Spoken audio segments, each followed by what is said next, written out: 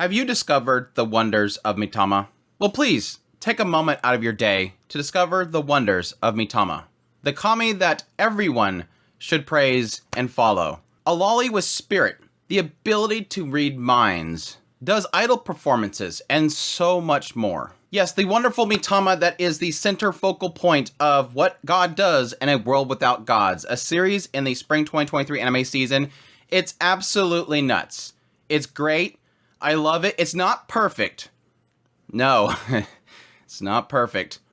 But dang, is a lot of fun. It's raunchy, it doesn't hold anything back, it's stupid, and I, for some reason, really, really like it. And I'm kind of ashamed to say that I like it.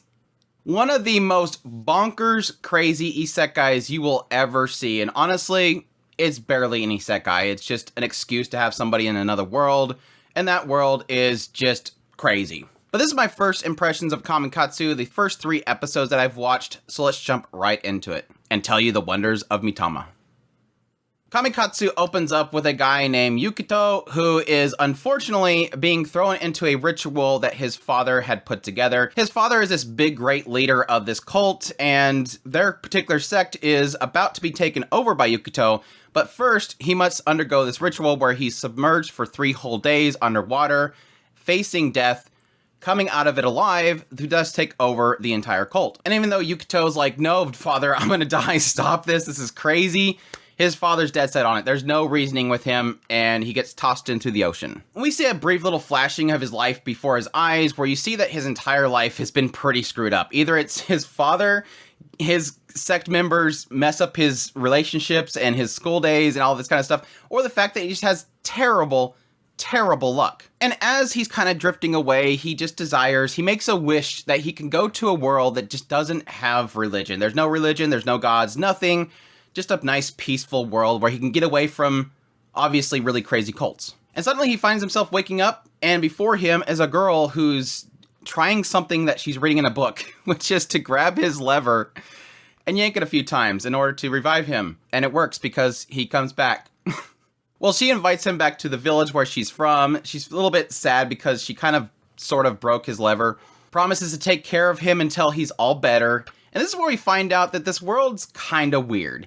Very quickly, he's like, oh, well, I'm an isekai, so there's obviously going to be a guild here. I can join a guild and go on adventures and magic and everything, but there's no such thing here. Instead, he's just sent to the fields to farm. He then shows them the wonders of turning fruits into wine. Everybody's celebrating and having a lot of fun. And eventually, he realizes there's one thing sort of missing in this village, or at least from the recollection of everybody here. Nobody understands what he means by a god. It seems like this world doesn't really have the concept of religion and gods. But putting this aside, Roy, one of his friends now, decides, look, we need to go to the Empire. In the Imperial capital, there is these very forbidden books about sex. So they go there. And they quickly inform him, look, don't talk to anybody in this capital. They despise our village. Doesn't really think much of it, but then they go into the shop, they check out the lewd books they were talking about, which ends up just being like this really old, like, art style.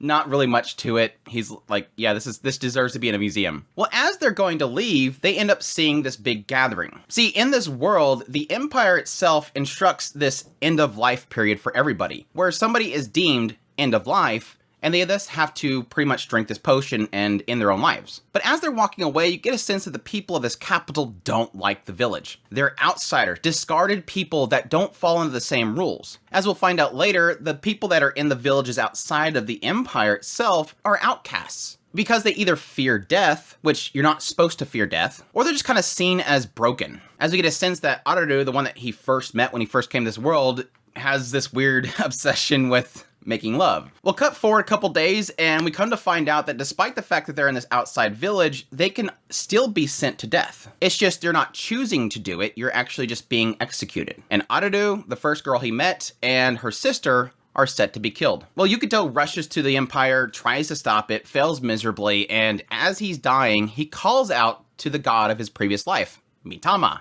Mitama, this is the first time I'm ever going to do this, do something if you're going to do something. And sure enough, she's summoned, she falls down there, decimates everybody, and revives everybody that was killed, including Arudu and her sister. Not Arudu. Not, this is not Utawaramano. Well, following this, obviously, they have made the Empire mad. They get back to the village, and now Yukito's like, okay, now I have a goddess with me, and the Empire's mad, and they're probably gonna come here and destroy this entire village. Well, Mitama's not afraid of this. Mitama's like, well, do you want to run away? It's fine. I mean, all I care about is Yukito. Like, this goddess, all she cares about is Yukito. She's been at his side his entire life, and his previous life. He just never called out to her. So she's suggesting, you can run away. It's fine. I'll follow you. But do you really want to run away again? You've always kind of ran away from things. And so he decides at that point, no, look, I'm going to protect this village. You have power, don't you? He realizes, oh, wait, this is a goddess with me. She's got power. Can you take out this empire? Well, yeah, surely. I could destroy everything. And then she goes to try it, and it just fills up this cup full of wine. Yes, the problem with Mitama protecting them and destroying this empire is that she doesn't have any followers in this world. What makes it worse is the only person you would think would be her follower, Yukito, the main character, doesn't even follow her. She has 0 followers, which she's like, wait, why aren't you one of them? So yes, the goal now is that they have to raise up their followers in order to build up Mitama's power so that she can then take on the empire, which is not an easy task because essentially you're trying to introduce the concept, just the basic concept of religion and a goddess to a world that has never really known that subject, known that concept, which turns into this big montage of her doing a terrible speech, him trying to manipulate people with the concept of what you would get like with a fortune teller, where you go with basic general ideas that everybody would kind of relate to in order to fool people. They made her into an idol, tried to get her to fly off of the top of a building, so many crazy things. But they still managed to get 3 total followers. The first is Roy, which is his friend that he first met in this village, and this guy is just obsessed with Mitama because it's indicating that he's a lolicon. And then shortly later, after Mitama saves this one little creature that is a pet of Aruraru and her sister, they become followers too because they witness her abilities.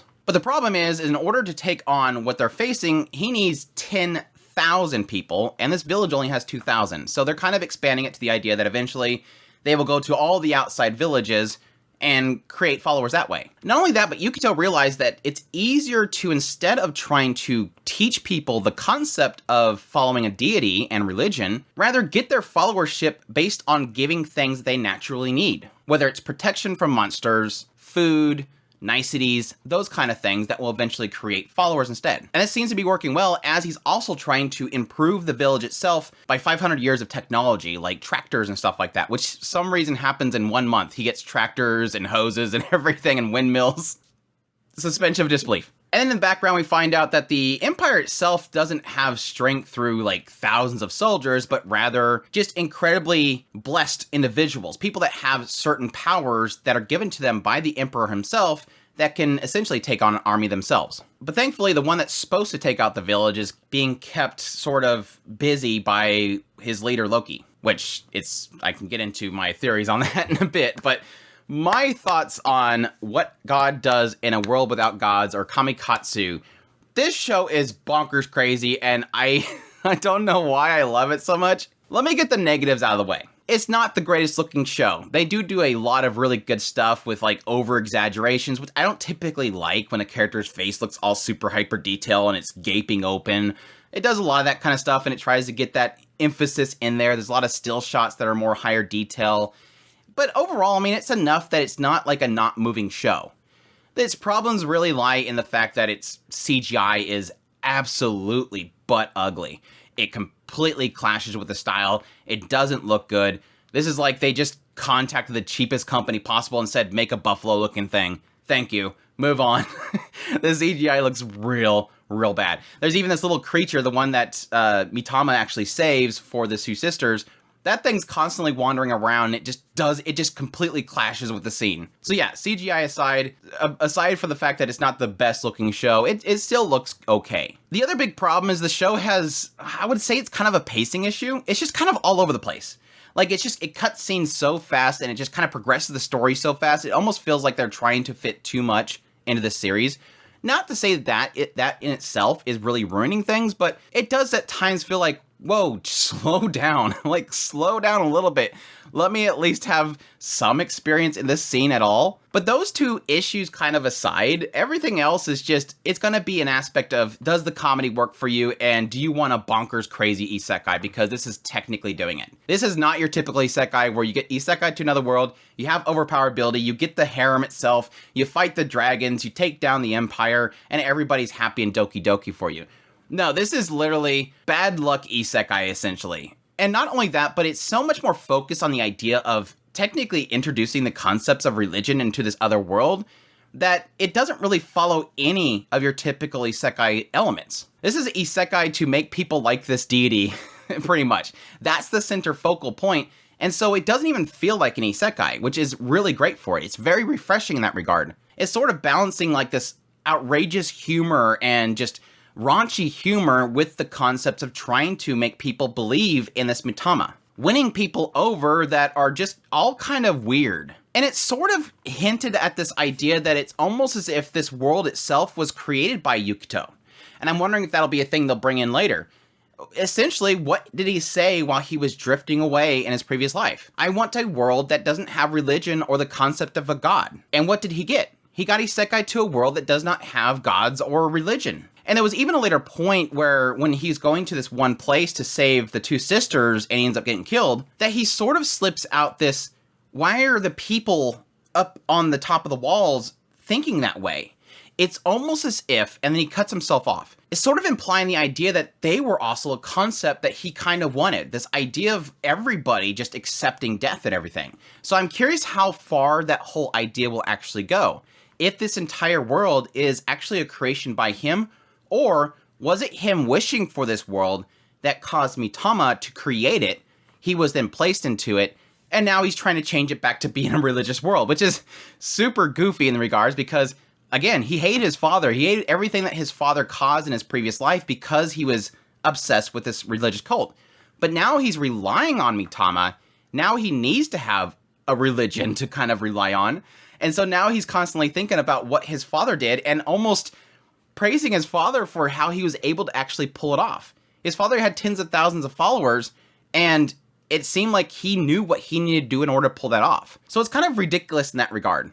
The one thing he hated before, now he kind of has to rely on. And that all gets into just the core of it, which I said is going to be a give or take for a lot of people. Some people are going to like it and some people aren't. This show is kind of raunchy, over-the-top humor. A lot of it's kind of adult and mature in its humor, where it's kind of getting into BDSM and, yes, yanking on a lever. This guy that's obsessed with Mitama because she's this thing of beauty, lolicon, manipulating others with it, that kind of stuff. It is very, very crude with its humor, and typically I don't actually like that in anime. I typically don't like that type of humor because it just seems like it's trying too hard, or at least it's trying hard, but at the same time avoiding it. And I think this one does really well in just kind of presenting it and doing it. It's not too much, and it's just enough that I get a huge chuckle out of it. And it's a lot to do with the fact that the characters themselves are kind of just really absurd with it.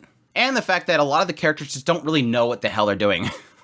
Like I said before, Aruraru is just literally yanking on his lever because she doesn't really know what it means. She's just reading this book. Roy and his obsession with it, but yet the only experience he has is getting this forbidden book that has this really old art in it. These people really don't know anything about it, but yet they're trying to get into it and act as if it's this forbidden art. Technically, at its core, it's also just really about a guy that has had just terrible luck getting presented with an option and just trying to do what he can best with it. He's not been given a great option here, and he's just trying to make the best of it, and it just so often blows up in his face. And then it all comes down to probably easily my favorite part about this show. I just like Mitama. She is kind of what I was really hoping she would end up being when I seen the previews for this series.